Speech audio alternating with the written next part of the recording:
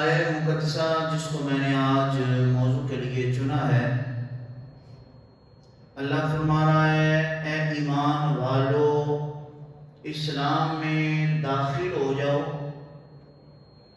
کس طرح داخل ہونا ہے؟ پورے کے پورے داخل ہو جاؤ اسلام میں۔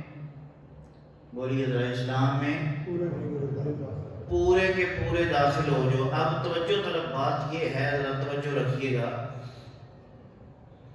دو باتیں اللہ نے اس جملے کے اندر ارشاد فرمائی، دو باتیں واضح ہیں۔ سوال یہ ہے یا وہ باتیں یہ ہیں کہ بات اللہ کن سے کر رہا ہے؟ یہ جو آیت کریمہ پڑھی ہے اس میں اللہ کن سے خطاب کر رہا ہے؟ یا ایھا الذین آمنوا، ایمان والوں سے۔ کن سے بات ہو رہی ہے جی؟ ایمان والوں سے۔ ہم سمجھنے والی بات یہاں پہ آنے والی ہے۔ ایمان والوں سے اللہ خطاب کر رہا ہے جو پہلے ایمان والے ہیں۔ ایمان والا کون ہے؟ جو کلمہ پڑھنے والا ہو، اللہ کو ماننے والا ہو، نبی کو ماننے والا ہو، نمازیں پڑھنے والا ہو، روزہ رکھنے والا ہو۔ ہم اسے مسلمان سمجھتے ہیں جو اسلامی بنیادی عقائد پر چلنے والا ہو۔ اب دوسری بات یہ ہے، ایک بات ہو گئی اللہ نے بات ان لوگوں کی ہے جو نمازیں پڑھنے والے ہیں۔ اللہ ان سے بات کر رہا ہے جو نمازیں پڑھنے والے ہیں، جو روزہ رکھنے والے ہیں، جو صدقات و خیرات کرنے والے ہیں۔ اللہ انہی لوگوں سے بات کر رہا ہے جو کلمہ ماننے والے ہیں، اللہ کو ماننے والے ہیں، رسول کو چاہنے والے ہیں۔ دوسری بات کیا ہے؟ اب بات سمجھ آ گئی، ایمان والوں کی بات ہو رہی ہے۔ کن کی بات ہو رہی ہے جی؟ ایمان والوں کی۔ دوسری بات کیا ہے؟ اللہ کہتا ہے اے ایمان والو اسلام میں پورے کے پورے داخل ہو جاؤ۔ اب عجیب بات ہے، ایک طرف اللہ ایمان والے کہہ رہا ہے، دوسری طرف اللہ کہہ رہا ہے کہ اسلام میں پورے داخل ہو جاؤ۔ حالانکہ ہم نے ابھی پڑھا ہے کہ مسلمان تو وہ ہے جو اللہ کو ماننے والا ہے، جو نبی کو ماننے والا ہے۔ مطلب آلریڈی ساری چیزیں پہلے ہی وہ بندہ کر رہا ہے۔ پھر اللہ کہہ رہا ہے اے نبی کو ماننے والے، اے میرا کلمہ پڑھنے والے، اے نمازیں پڑھنے والے، اسلام میں پورے کا پورا داخل ہو جا۔ اس کا مطلب یہ ہے کہ اب قرآن کی اس آیت سے سمجھ آئی ایک بات کی کہ ہر نماز پڑھنے والا بھی پورا اسلام والا ماننا پڑے گا۔ اگر نہیں مانیں گے تو قرآن کی آیت جھوٹی ثابت ہوگی، جو کفر ہے۔ اگر نہ مانیں تو اللہ کی قرآن پہ جھوٹ لازم آئے گا جو صحیح نہیں ہے، وہ کفر ہے۔ اس کا مطلب ہے اللہ کہہ رہا ہے اے ایمان والو، اے نمازیں پڑھنے والو، اے مجھے ماننے والو، کلمہ پڑھنے والو، اسلام میں پورے کے پورے داخل ہو جو۔ حالانکہ پہلے ایمان والے ہیں، یا اللہ اسلام میں داخل ہونے کا مطلب آپ اس کو پڑھی لکھی اصطلاح میں ہم دیکھیں نا تو ہمارے ہاں اسے بولتے ہیں تحصیل حاصل۔ اس کو کہتے ہیں تحصیل حاصل۔ یہ پڑھی لکھی بات ہے۔ تحصیل حاصل کا مطلب ہوتا ہے جو چیز پہلے موجود ہے دوبارہ اسی کو مانگنے کا کہا جائے۔ جو چیز پہلے موجود ہے اسی کا مطالبہ کیا جائے۔ اب میں مثال دے کے سمجھانا چاہتا ہوں۔ جیسے میں اعلان کروں جی برآمدے والے اٹھ کے اندر آ جائیں، یہ بات تو ٹھیک ہے، برآمدے والے اٹھ کے اندر آ جائیں، یہ بات ٹھیک ہے۔ اگر میں یہ کہوں کہ اندر والے اٹھ کے اندر آ جائیں تو بات سمجھ میں آئے گی؟ اسی کو کہتے ہیں، جب میں کہوں گا نا اندر والے اٹھ کے اندر آ جائیں، اسے ہم پڑھی لکھی اصطلاح میں کہتے ہیں تحصیل حاصل۔ یعنی جو چیز پہلے ہی موجود ہے اس کا دوبارہ مطالبہ کرنا، اسے اصطلاح میں کہتے ہیں تحصیل حاصل۔ اب اللہ نے قرآن میں فرمایا اے ایمان والو اسلام میں داخل ہو جو، اسے علماء کہتے ہیں تحصیل حاصل لازم آ رہی ہے، اور تحصیل حاصل محال ہے۔ تحصیل حاصل محال ہے کہ میں کہوں حال والے حال میں آ جائیں، اندر بیٹھنے والے اندر آ جائیں، تو یہ بات محال ہے، مشکل ہے، مقصد نہیں بنتا۔ بے معنی بات ہے. تو اللہ کے قرآن میں جو ارشاد ہوا کہ یا ایھا الذین آمنوا ادخلوا فی السلم کافہ، ہیں پہلے ایمان والے، اللہ کہہ رہے اسلام میں پورے کے پورے آ جاؤ. یا اللہ ساتھ تو ایمان والا بھی کہہ رہا ہے، پھر اسلام میں پورے کا پورا داخل ہونے کا کہہ رہا ہے. اللہ بتانا چاہتا ہے، میں بتا رہا ہوں، ہر نمازی بھی پورا اسلام والا، ہر حاجی بھی پورا اسلام والا، ہر روزے رکھنے والا بھی پورا اسلام والا. یعنی یہ ضروری نہیں ہے. ہاں اللہ ماشاءاللہ بڑے ایسے بھی ہیں جو نماز پڑھنے والے ہیں، اسلام کے اندر پورے کے پورے ہیں، حاجی بھی ہیں لیکن اسلام کے ساتھ پورے کے پورے وابستہ ہیں، وہ بھی ہیں. لیکن اللہ بتانا چاہتا ہے کائنات میں ایسے بھی ہوں گے جو مسلمان تو ہوں گے، جو اسلام والے، جو ایمان والے تو ہوں گے، لیکن اسلام میں پورے داخل ہے نہیں. اب علماء نے اس آیت کو پھر کھولا مزید تو مفسرین لکھتے ہیں کہ اس کا جو معنی ہے وہ پھر کیا ہے. حالانکہ قرآن کے اندر ہمارا ایمان ہے کہ کوئی نقص نہیں ہے، کوئی بات بھی جو اللہ نے بیان کی ہے وہ بے مقصد و بے معنی. تو وجہ کیا ہے قرآن کی شاید کو پھر کس طرح ڈیفائن کریں گے، اس کو ڈیفینڈ کس طرح کریں گے کہ اگر ہمیں کافر کہہ دے کہ تم کہتے ہو تحصیل حاصل محال ہے، یہ ممکن نہیں ہے کہ جو اندر والے ہیں وہی اندر آ جائیں، تو یہ پہلے جو اندر بیٹھے ہیں ان کو اندر آنے کے لیے کہنا یہ تو بات بے مقصدی ہے. تو اس کا مطلب ہے قرآن کی یہ آیت بے مقصد ہے، یہ غلط ہے، یہ فضول ہے. جب ہم پہ کافر یہ تانا دیں گے تمہارے قرآن کی یہ آیت فضول ہے، بے معنی ہے، تو ہم اگر سوچیں ایسا تو کفر لازم آئے گا، بندہ دار اسلام سے خارج ہو جائے گا. آپ مفسرین نے اور علماء نے جو اس کی توجیحات بیان کی ہیں، اس کی جو وجہ بیان کی ہے، اب میں ان میں سے ایک عرض کرنا چاہتا ہوں. وہ کہتے ہیں کہ یہاں پر تحصیل حاصل نہیں ہے، یہاں پر تحصیل حاصل نہیں ہے. علماء کہتے ہیں، مفسرین کہتے ہیں اس آیت کا ایک مصداق، اس آیت کا جو شان نزول ہے وہ ایک مصداق یہودی ہیں. کون ہے جی؟ یہودی ہیں. کون ہے؟ اب میں بتانا چاہتا ہوں. جب سرکار یہ آیت کس موقع پہ نازل ہوئی اور اس کا معنی کس لحاظ سے بن رہا ہے کہ ایمان والو اسلام میں پورے کے پورے داخل ہو جاؤ. جب میرے آقا مکہ سے ہجرت کر کے مدینہ پہنچے نا، تو وہ آپ نے سنا علماء سے، بنو نجار کی لڑکیوں نے وہ دف بجائی میرے آقا کے آنے کی خوشی میں، لوگوں نے خوشیاں کی، بہاریں مدینے کے اندر فضائیں منور ہوگی، معطر ہوگی میرے آقا کے آنے سے. پھر میرے آقا کی وہ ڈاچی، وہ آپ کی اٹھنی مبارک جو حضرت ابو ایوب کے گھر کے قریب بیٹھی، حضرت ابو ایوب کے باغ جا کے، وہ بات علیحدہ ہے. بس یہاں سے چلتے چلتے جب مدینہ کے اندر وہ نور والے نبی پہنچے، مدینہ پھر منورہ بن گیا، وہ یسرب مدینہ منورہ بن گیا، اس میں نور والا نبی آیا تو مدینہ بھی منورہ بن گیا، مدینہ بھی نور والا بن گیا.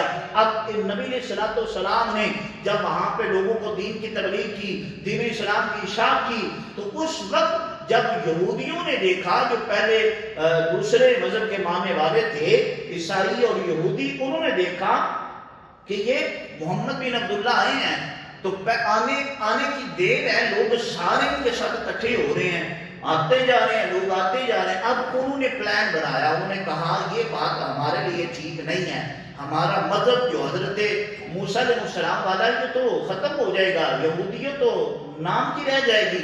اب ایسے کرتے ہیں، اس محمد بن عبداللہ جو نبی ہونے کا دعویٰ کرتا ہے، اس سے لوگوں کو دور کرنے کا وقت آ گیا ہے، اس دین محمدی کو روکنے کا وقت آ گیا ہے. انہوں نے پلان بنایا، انہوں نے پلاننگ کی، انہوں نے ایک بندے کو تیار کیا جو پہلے یہودی تھے اور بڑے عالم تھے، جن کا نام ہے حضرت عبداللہ ابن سلام. یہ یہودی تھے، بعد میں محبوب علیہ الصلوۃ والسلام کا کلمہ پڑھ لیا، بعد میں میرے آقا کلمہ پڑھ لیا. وہ کیسے پڑھا میں بتاتا ہوں. ان کو یہودیوں نے اکٹھا کیا، سارے یہودی مل کے بیٹھ کے مدینے کے اندر، انہوں نے کہا جی عبداللہ بن سلام کو بلاؤ، وہ بڑا مناظر ہے، وہ بڑا یہودیت کا جاننے والا ہے، وہ اس کتاب کا علم رکھتا ہے، اس مذہب پہ اس کا نام ہے، اس کو گریپ ہے، اس کو مہارت ہے. تو ایسے کرتے ہیں، عبداللہ بن سلام کو ہم سوالات بتاتے ہیں، وہ جا کے محمد بن عبداللہ سے سوالات کرے گا، ان کا جواب لے گا. جب وہ جواب دیں گے تو انہوں نے اتنے تیز سے، انہوں نے آلریڈی سرکار کے جوابات پہ اپنی طرف سے اعتراضات مزید بنا کے لکھ کے پاس رکھ لیے. پھر انہوں نے میٹنگ کی، حضرت عبداللہ ابن سلام کو بلایا، کہا بھائی تو بڑا دانش مند ہے، تیری گفتار بڑی تیز ہے، صاحب عقل بندہ ہے، ذی فہم بندہ ہے، تو جائے گا محمد بن عبداللہ کے پاس ہماری جانب سے جا کے مناظرہ کرے گا، یہ سوال ہے، یہ سوال ان سے پوچھنے ہیں، اگر وہ یہ جواب دے اس سوال کا تو نے اس جواب پر مزید اعتراض یہ کرنا ہے۔ تیاری کا ہو گئی جناب، حضرت عبداللہ بن سلام کو انہوں نے تیار کیا، ان کو تیار کر کے انہوں نے بھیجا محبوب علیہ السلام کی بارگاہ ناز میں۔ ادھر میرے آقا اپنے غلاموں کے اندر بیٹھ کر جیسے چودھری کا چاند ستاروں کی جرمٹ میں سجا کرتا ہے، ایسے میرے آقا اپنے غلاموں میں تشریف فرما تھے، اور میرے آقا ایک درس دے رہے تھے، میرے آقا صلہ رحمی کی بات کر رہے تھے، میرے محبوب لوگوں کو بتا رہے تھے، لوگوں اب سرکار جو بیان کر رہے تھے وہ باتیں یہ تھی۔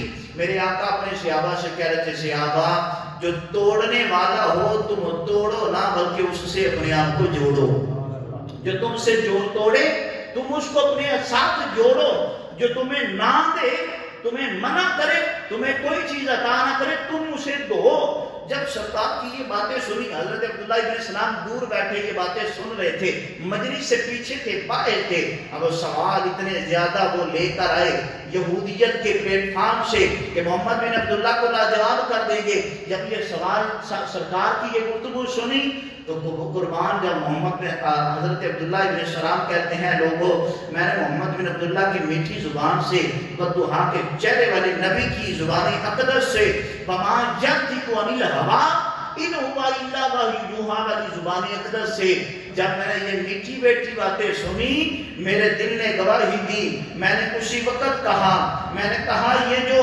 سامنے بیٹھا ہے، یہ جو شخص ہے لوگوں کے سامنے بیٹھا ہوا، اسی وقت آپ کہتے ہیں میرے دل نے گواہی دی، انا وجہہ لیسا بوجہ کذاب، یہ ایسا بندہ اتنی میٹھی باتیں کرنے والا اور ایسے خوبصورت چہرے والا کسی جھوٹے شخص کا چہرہ ایسا ہو ہی نہیں سکتا، کسی جھوٹے کا چہرہ ایسا ہو ہی نہیں سکتا۔ حضرت عبداللہ بن سلام کہتے لوگوں بس میرے سوال تتلیوں کی طرح اڑ گئے، میرے سوال تتلیوں کی طرح اڑ گئے، اچانک سے ذہن خالی ذہن ہو گیا۔ میں نے کہا انا وجہہ لیسا بوجہ کذاب، یہ چہرہ کسی جھوٹے کا نہیں ہو سکتا۔ کہتے ہیں میں اسی وقت گیا، میں انتظار میں تھا، اب سوال سارے ختم، اب بس تاب یہ تھی کہ میرا محبوب مجھے دیکھے، کب میری طرف نظر کرم ہو اور مجھے بلاوا آ جائے، کب میری طرف نظر کرم ہو اور مجھے بلاوا آ جائے۔ تیری تک کے اداں میں مرید ہو گئی، جب یہ ادائیں دیکھی، جب وہ گفتار دیکھی تو حضرت عبداللہ بن سلام کہتے ہیں لوگوں اب میں نے چھوڑا، ادھر سارے یہودی کٹھے ہیں، انتظار کر رہے ہیں، انہوں نے سمجھا کے بھیجا آپ نے ایسے بات کرنی ہے، ایسے کرنی ہے، یہ اعتراض کرنا ہے، وہ سارے انتظار کر رہے ہیں کب عبداللہ بن سلام واپس پلٹے اور ہمیں آپ کی کہانی سنائے جی آج یہ ہو گیا، محمد بن عبداللہ کو لاجواب کر دیا۔ حضرت عبداللہ بن سلام کہتے ہیں ادھر وہ یہ سوچ رہے تھے تو میں نے سوچا سبحان اللہ کتنا خوبصورت چہرہ ہے، اس چہرے والا کوئی جھوٹا ہو سکتا نہیں۔ حضرت عبداللہ بن سلام کہتے ہیں پھر سرکار کی مجلس ختم ہوئی، صحابہ اٹھے، میں سرکار کی بارگاہ میں گیا، میرے سرکار نے صحابہ سے فرمایا وہ عبداللہ بن سلام ہے اسے بلاؤ ذرا۔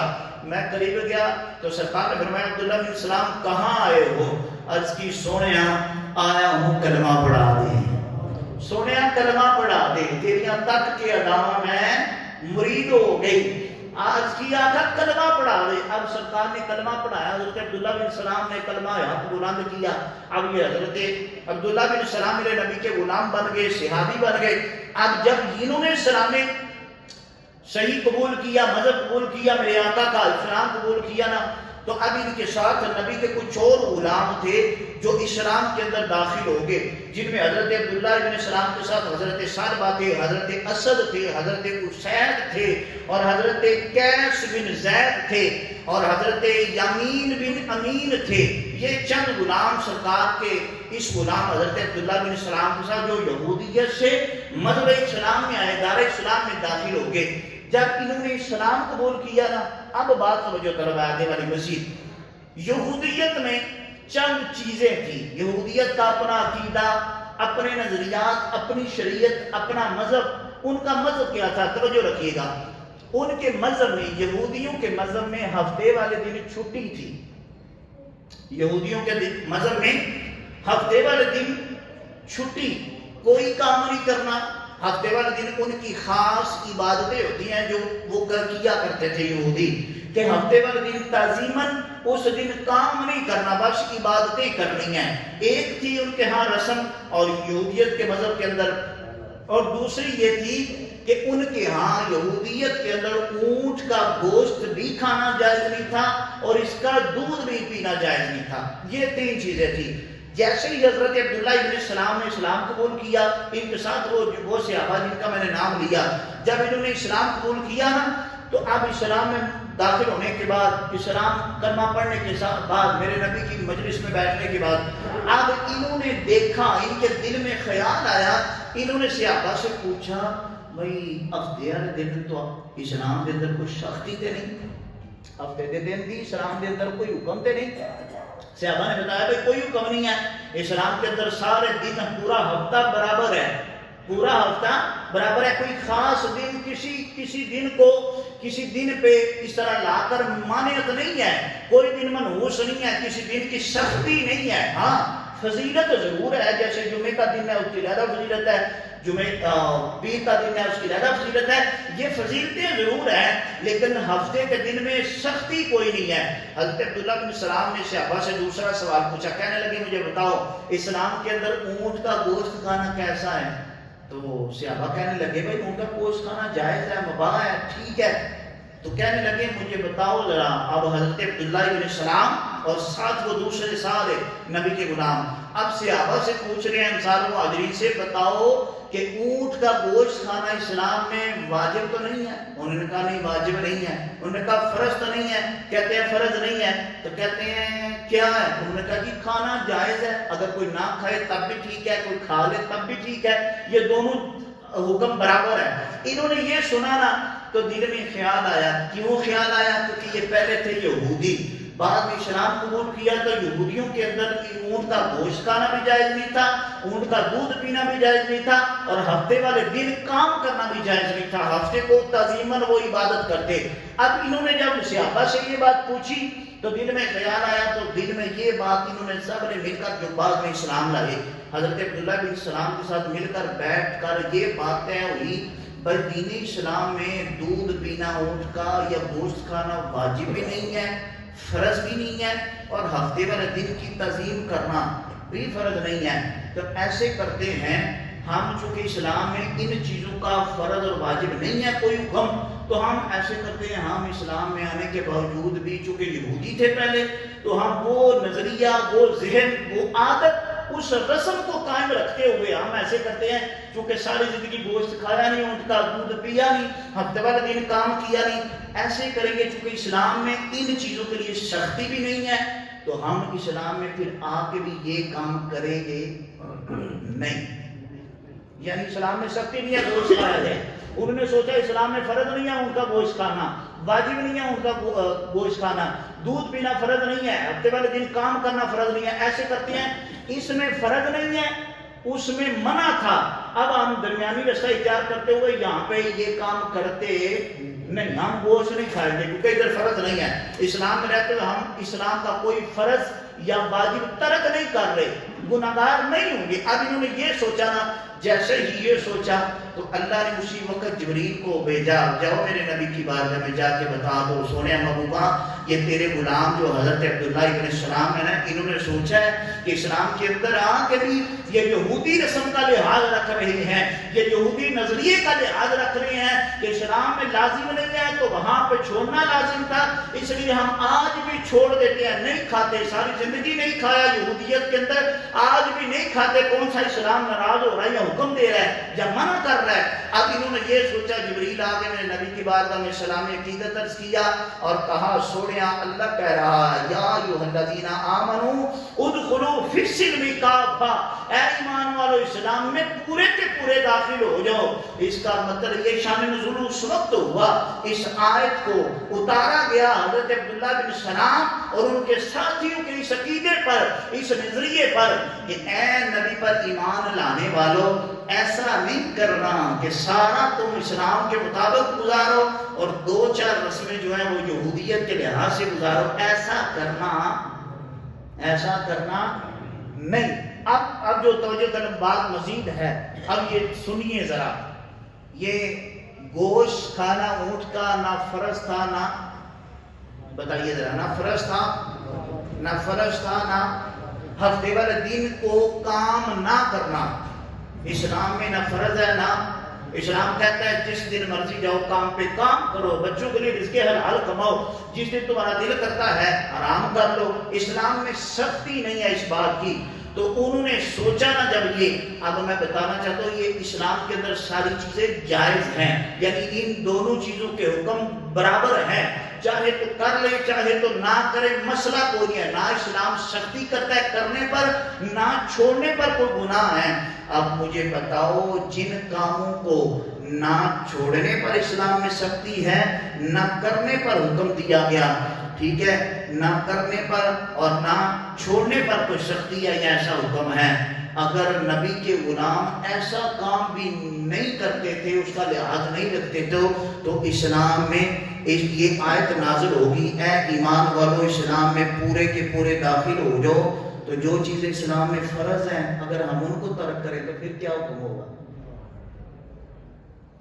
یہ گوشت کھانا فرض نہیں تھا، پھر بھی اللہ نے قرآن نازل کر دیا۔ ہفتے والے دن کی تعظیم کرنا اسلام میں فرض نہیں تھا، یا اس کی تعظیم نہ کرنا فرض بھی نہیں تھا، لیکن یہ مباح تھا، حکم مباح تھا۔ اس کے باوجود جائز حکم پر اسلام نے سختی کر دی۔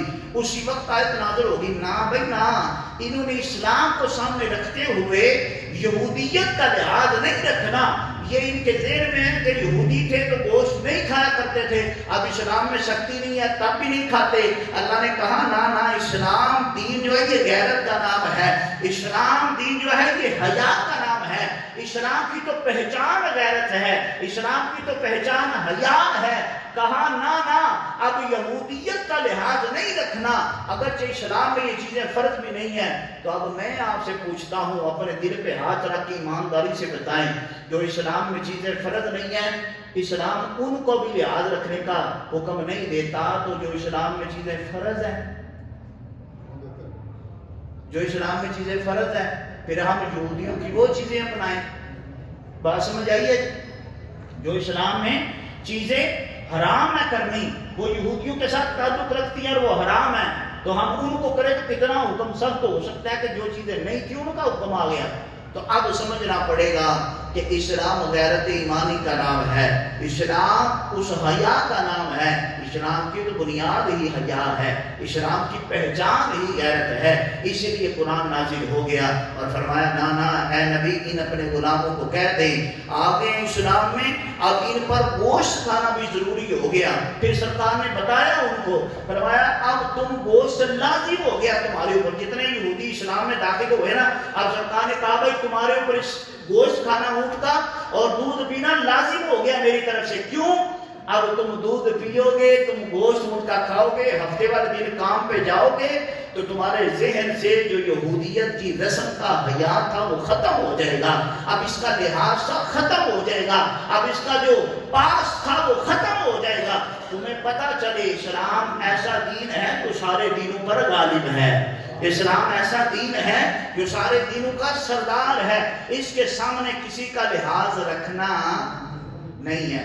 پھر جب میرے نبی کے غلاموں حضرت عبداللہ بن سلام اس طرح گوشت کھانے لگ پڑے، اب دل سے خیال نکل گیا کہ یہودی تھے تو نہیں کھانا کھاتے تھے، یہودی تھے تو دودھ نہیں پیتے تھے، یہودی تھے تو ہفتے والے دن کام پہ نہیں جاتے تھے، جب اسلام میں آتے پھر ان چیزوں کا خیال نہیں رہا۔ اب میں آپ سے پوچھنا چاہتا ہوں، آپ ایمانداری سے بتائیں کہ کیا ہم اسلام کے حرام کردہ کاموں کو چھوڑ رہے ہیں؟ جو چیزیں اسلام نے منع کی ہیں، حرام قرار دی ہیں، ہم نے ان کو ترک کیا ہے؟ انہوں نے تو مباح چیزیں چھوڑ دی، اللہ نے مباح چیزوں کے لیے حکم نازل فرما دیا۔ تو جو چیزیں قرآن میں، جو چیزیں دین اسلام میں حرام ہیں، ہم نے ان کو چھوڑا نہیں۔ اپنی ذرا ذہن دوڑائیے اور غور کیجیے، انسانی زندگی کے اندر دو بنیادی مواقع ہیں، دو بنیادی موقع ہیں، ایک خوشی کا اور دوسرا، بولیے ذرا، خوشی کا۔ آپ دیکھیے ذرا خوشی کے موقع پہ کیا ہم اسلام کا پاس رکھتے ہیں؟ ایمانداری سے بتانا ہے، بات کڑوی ہے ادھر سے سچ ہے. کیا ہم اسلام کا خیال رکھتے ہیں؟ میں نکاح پڑھانے جاتا ہوں تو جب جاتے ہیں تو کہتے ہیں جی حق مہر، ہم کہتے ہیں نکاح سے پہلے حق مہر ادا کریں جی، تو کہتے ہیں جی حق مہر کتنا ہونا چاہیے؟ تو پھر وہ کہتے ہیں جی شرعی دسیو. کیڑا دسیو؟ کون سا بتانا ہے جی؟ اب آپ سے سوال ہے، سب سے مجھ سمیت ہم سے سوال ہے، جب بندہ خدا تو نے حق مہر پہ آ کے یہ بات کہی کہ شرعی دسیو، ادھر تجھے شریعت یاد آ گئی، باہر تیری بیٹیاں بھی ناچ رہی تھی، باہر ڈھول باجے بھی بج رہے تھے، باہر میری بہنیں بھی ناچ رہی تھیں، باہر اسلامی عورتیں بھی ناچ رہی تھیں، ہماری مسلمان بیٹیاں باہر ڈور کی تھاپ پہ ناچ رہی تھیں. اس وقت ہمیں دین کا خیال نہیں آیا. جب بات پیسوں کی آئی، تھوڑے سے پیسے دینے کی، تو اس وقت خیال آیا جی کیڑا دسنا ہے؟ ایسے بھی حق مہر دسو. ہم اسلام کو کس طرح ہلکا لیتے ہیں، ہم اسلام کو کس جگہ پہ لے گئے ہیں. وہ معزز تھے زمانے میں مسلمان ہو کر، ہم خار ہوئے تارک قرآن ہو کر. اب دیکھنے والی بات ہے ہم کس جگہ پہ کھڑے ہیں. ہم نے رسم حنا رکھی ہے، کیا اسلام نے جائز قرار دیا ہے؟ حرام ہے اسلام کے اندر. ایسی رسم حنا کرنا، ایسا مہندی اور تیل کا فنکشن کرنا جس میں ہماری بیٹیاں بھی ہوں اور ان بیٹیوں کے کزن بھی موجود ہوں، جن میں محرمین کے علاوہ غیر محرم ہوں، ایسی مجلسیں، ایسے پروگرام، ایسے ایونٹس حرام ہیں، فی نفس ہی حرام. ان میں اختلاط ہو رہا ہے مرد و زن کا، جن کو شریعت نے قرآن میں بولا ہے کہ نہیں جی ان کا آمنے سامنے آنا ٹھیک نہیں ہے، ان کا کٹھے بیٹھنا کھڑے ہونا ٹھیک نہیں ہے، جائز نہیں ہے غیر محرم کے ساتھ ملنا. ہم نے وہ مواقع دیے، رسم حنا جیسی بیماری، ایسی لعنت ڈال دی، تیل مہندی والی لعنت. کیا یہ اسلام نے اس کو جائز قرار دیا ہے؟ اگر مرد و زن ملیں تو حرام ہے. کیا ہے؟ حرام ہے. یہ ہندوانہ رسم ہے، یہ کافروں کی رسم ہے. پھر ہم نے اتنے بڑے ڈول باجے اور ناچ گانا، ہماری بیٹیاں ناچ رہی ہیں. زمانے نے وہ منظر بھی دیکھا جب لاہور شہر کے اندر ایک بوڑھا شخص جوان لڑکی کے ناچنے پر اس کے اوپر 500 کے نوٹ ٹکڑے ٹکڑے کر کے اوپر پھینک رہا تھا. بعد میں کسی نے سوال کیا، بابا جی کیا بات تھی، آپ نے 500 کے نوٹ پھاڑ کر پھینک دیے؟ تو بابا جی نے کہا میری بیٹی ناچ رہی تھی، مجھے بڑی اچھی لگ رہی تھی. افسوس کا مقام نہیں، مرنے کا مقام نہیں. وہ باپ خوشی سے کہہ رہا ہے جی میری بیٹی ناچ رہی تھی، میں اتنا خوش ہو رہا تھا دیکھ کے. مجھے بتائیں ذرا، ہم بیٹی کے سر پہ قرآن رکھتے ہیں، کس لیے رکھتے ہیں؟ سوال ہے، قرآن کس لیے رکھا جاتا ہے؟ بولے نا ذرا. سارے رکھتے ہیں. قرآن کس لیے بیٹی کے سر پہ رکھا جاتا ہے؟ برکتیں ہوں. کس لیے؟ کہ رسماں رکھتے ہیں. ویسے ہے رسم، کیونکہ ہم نے قرآن کو صحیح معنوں میں سمجھا ہی نہیں، وہ رسم ہی رہ گئی ہے. ہم قرآن سر پہ رکھتے ہیں، بیٹی کے گھر میں برکتیں ہوں. مجھے بتاؤ ذرا یار ایمانداری سے، سارے کام شریعت کے خلاف کیے، سارے کام تو نے مہندی سے لے کر برات ولیمے تک سارے اس قرآن کے خلاف کیے، اور جب اس کے جانے کا وقت آیا اور پھر اس بیٹی کو کپڑے کیسے پہنائے یہ ہم سبھی جانتے ہیں. اس دلہن کے کپڑے کیسے ہوتے ہیں؟ بال بے چادر سے بے پردہ ہوتے ہیں، چادر سے باہر ہوتے ہیں، اور اس کا جسم نظر آ رہا ہوتا ہے. اور ایسے بدگناہ حالت میں ہم اس کے اوپر قرآن رکھ کے، مجھے بتاؤ ذرا ننگی حالت میں اس کے اوپر قرآن رکھ کے ہم رحمتیں لوٹ رہے ہیں یا اس کی طرف سے لعنتیں لے رہے ہیں؟ اور ہمارا نظریہ کیا ہوتا ہے؟ نیچے ہماری بہن بیٹی، اس کے جسم کے اعضاء نظر آ رہے ہیں، کپڑے باریک ہیں اور بال ننگے ہیں، اوپر قرآن کیا جا رہا ہے جلدی رہو جی قرآن لے آؤ. پکڑنے والے بے وضو پکڑتے ہیں، بھائی پکڑ رہا ہے، ٹھیک ہے، بہن پکڑ رہی ہے، ماں پکڑ رہی ہے، باپ پکڑ رہا ہے، پکڑا بھی بے وضو، وہ لانتے پکڑنے والے پہ لہدا قرآن اوپر کر کے جا رہے ہیں. اس کے گھر میں رحمتیں کیسی ہونی ہیں یار؟ مجھے بتائیں ذرا. بعد میں ہوتا ہے بے اولادی ہے، اولاد بیٹی طلاق لے کے گھر آ گئی ہے، سکون نہیں ہے گھر میں. بھائی کیسے ہوگا جب تم نے اللہ کو راضی نہیں کیا؟ اور پھر ہم شادیاں کرتے ہیں نا کہ شادیاں طے کرنے سے پہلے تو ہم کہتے ہیں لو جی پھوپھی نے بھی منا لو، پھر چاچے نے بھی منا لو، تایا نے بھی منا لو، کیونکہ ابا جی نے خوش نہ ہونا۔ ابا جی کی خوشی اس واسطے اس وچ کہ اگر شادی کے موقع تے اسی پھوپھیاں نے بھی منا لیے، چاچا تایا نے بھی منا لیے، تے ماں خوش ہو گئی جی ماسیاں نے بھی منا لیے تے مامیاں نے بھی منا لیے۔ مجھے بتاؤ ذرا شادی کے موقع پہ ہم نے مامے بھی منا لیے، ہم نے خالہ بھی منا لی، ہم نے پھوپھی بھی منا لی، ہم نے منائے تو چاچے بھی منا لیے، کس لحاظ سے؟ اگر ہم نے ان سب کو منایا کہ شادی کا موقع ہے، ایمانداری سے بتائیں کبھی ہم نے اللہ کو منایا ہے؟ اس موقع پہ کبھی رسول کو منایا ہے کہ میرا رسول کیا کہتا ہے، میرا نبی کیا کہتا ہے؟ نبی علیہ السلام کے غلاموں، آج ہم نے اسلام کو چھوڑ دیا، حالانکہ اللہ قرآن میں کہتا ہے، اللہ قرآن میں کہتا ہے کنتم خیر امہ، تم کیا ہو بہترین ہے، تم کیا ہو بہترین ہے امت ہو، تم تو امت ہو بہترین، اخرجت للناس، تمہیں ہم نے لوگوں کے لیے اس لیے لوگوں کے لیے نکالا، تأمرون بالمعروف، تمہیں تو لوگوں کو اچھی باتیں بتانی تھی اور لوگوں کو وتنہون عن المنکر، اور لوگوں کو برائی سے بچانا تھا۔ ہم لوگوں کو بتانے والے خود بے حیائی میں لگ گئے۔ مجھے بتائیے ذرا ایمانداری سے، ہم نے یہ درباروں پہ ڈھول باجے شروع کر دیے، ہم نے درباروں کے اوپر جانے والے بابا جی نے کہا تھا بھائی میرے مرنے کے بعد میری قبر پہ آپ نے ڈھول بجانے ہیں، بتائیں ذرا۔ جانے والے بابا جی نے بتایا تھا کہ آپ نے میرے قبر پہ میرے مزار پہ گھڑولیاں بھر کے لانی ہیں، یہ کس نے آپ کو بولا ہے، کس کتاب میں لکھا ہے؟ پھر ہم کہتے ہیں بے برکتیاں ہیں گھر میں،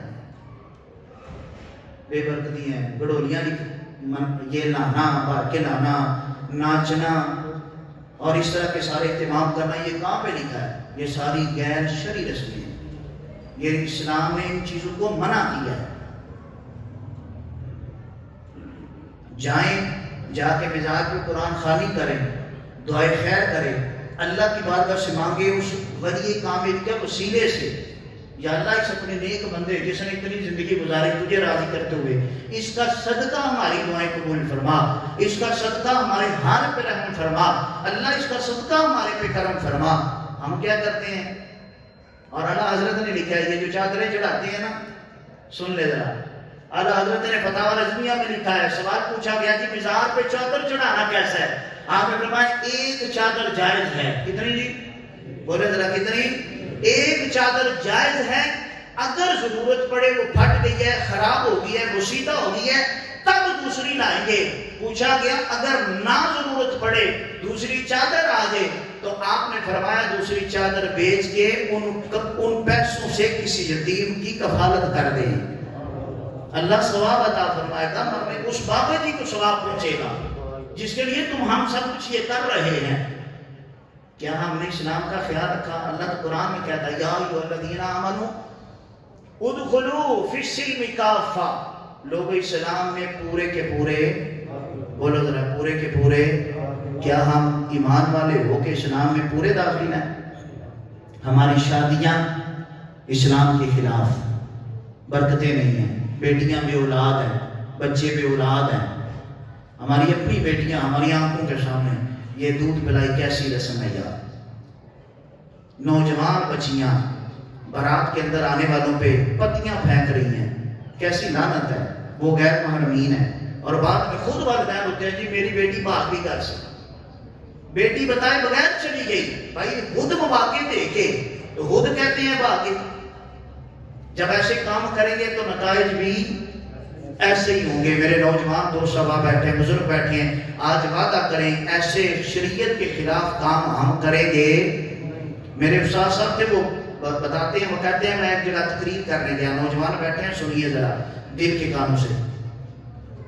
بلکہ آپ جانتے ہیں قاری یعقوب صاحب جو جلال پور جنہ سے ہماری اس مسجد میں کافی مواقع پہ آئے تقریر کرنے کے لیے، وہ بتاتے تھے کہ میں ایک جگہ تقریر کرنے گیا تو میں تقریر کر رہا تھا اسی نوجوانوں کے احوال کے اوپر، تو کہتے ہیں اچانک سے میں جب بیان کر رہا تھا ایک نوجوان اٹھا، ماتھے پہ پٹی بندھی ہے، ایسے لگ رہا تھا سر پھٹا ہوا ہے، سر زخمی ہے. نوجوان داڑے مار کے رو پڑا. میں نے کہا بیٹا کیا ہوا ہے؟ کہتا ہے قاری صاحب مجھے مائک دیجیے، میں لوگوں کو پیغام دینا چاہتا ہوں، میں اپنے بھائیوں کو، نوجوانوں کو پیغام دینا چاہتا ہوں. وہی پیغام میں اپنے ان بھائیوں کو بتانا چاہتا ہوں. استاد کہتے ہیں وہ اس نوجوان نے جو بات بتائی، اتنا میرے پورے بیان نے مجھے نہیں رلایا، اتنا میں کبھی زندگی میں نہیں رویا جتنا اس نوجوان کی اس بات پہ میں رویا. اس نوجوان نے بات سنا، اس نے کہا لوگوں ایسے نوجوانوں جو لوگوں کی بیٹیوں کے ساتھ باتیں کرتے ہو، جو غیر محرمین کے ساتھ تعلق رکھتے ہو، سنو ذرا. وہ نوجوان کہتا ہے میں کسی کی بہن بیٹی کے ساتھ بات کیا کرتا تھا، روز بات ہوا کرتی تھی، روزانہ کی بیس پہ بات کرتا تھا فون پہ. ایک دن ایسا آیا میں رات کا پہر تھا، اٹھ کے گھر کی چھت پہ گیا. میں نے کہا آج پھر اپنی وہ اس لڑکی سے، گرل فرینڈ سے بات کروں. کہتا میں چھت پہ گیا تو میں سر پکڑ کے بیٹھ گیا، میرے پاؤں کے تلے سے زمین نکل گئی. وہ کہتا ہے میں چھت پہ اپنی گرل فرینڈ سے بات کر رہا تھا، اچانک سے میری باتوں کے دوران مجھے اپنی بہن کی آواز سنائی دی. مجھے پتا چلا جس چھت پہ میں کھڑا ہوں، اس سے اوپر والی چھت پہ، بالکونی سے اوپر والی چھت پہ میری بہن کسی کے ساتھ بات کر رہی ہے. کہتا ہے میں روتا پیٹتا، میں نے اپنے سر کو دیوار کے ساتھ مارا. وہ نوجوان رو کے بات بتا رہا ہے. اس نے کہا مجھے آج پتا چلا حضرت امام مالک نے ایویں نہیں تھا کہا.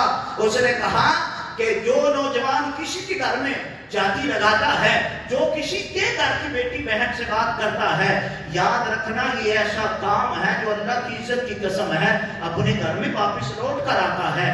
ٹیٹ فار ٹیٹ ہے، جیسا کرو گے ویسا بھرو گے. آج نوجوان کسی کی بیٹی کے ساتھ بات کرتا ہے تو یہ دھیان رکھنا ہماری بہن بیٹی کی طرف بھی کوئی آنکھ اٹھا کے دیکھ رہا ہوگا. میرے نوجوانوں، میرے نبی کے غلاموں، آ جائیے، عہد کریے، ہم اسلام میں پورے کے پورے داخل ہو جائیں گے. ہم اسلام کے خلاف جائیں گے نہیں. شادی ہو تب بھی اسلام کے خلاف نہیں ہوں گے، اور اگر فوتگی موت کا موقع ہے تب بھی اسلام کے خلاف جائیں گے.